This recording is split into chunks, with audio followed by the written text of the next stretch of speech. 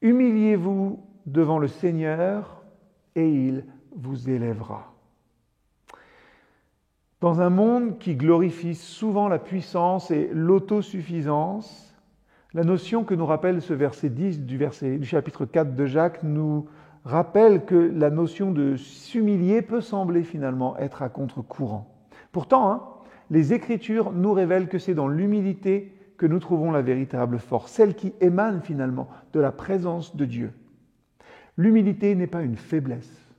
L'humilité n'est pas une faiblesse, mais c'est la reconnaissance honnête de nos limites, une admission de notre dépendance envers Dieu. En nous humiliant, nous reconnaissons que notre force humaine est limitée, mais que la force divine est infinie.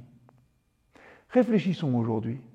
Réfléchissons sur ces moments où notre propre orgueil nous a conduits à des impasses, où notre obstination nous a finalement éloignés de la paix intérieure.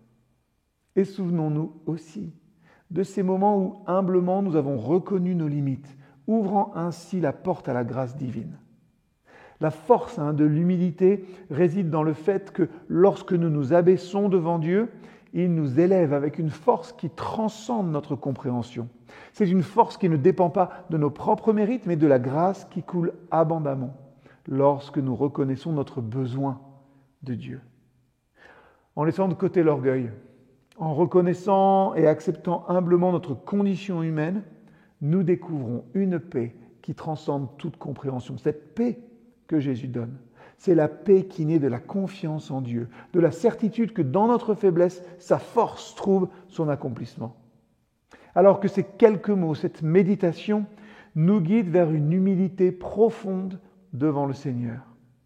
Puissions-nous en toute sincérité reconnaître nos limites, sachant que c'est dans cette humilité que la grâce divine abonde, nous donnant une force et une paix qui dépassent tout entendement.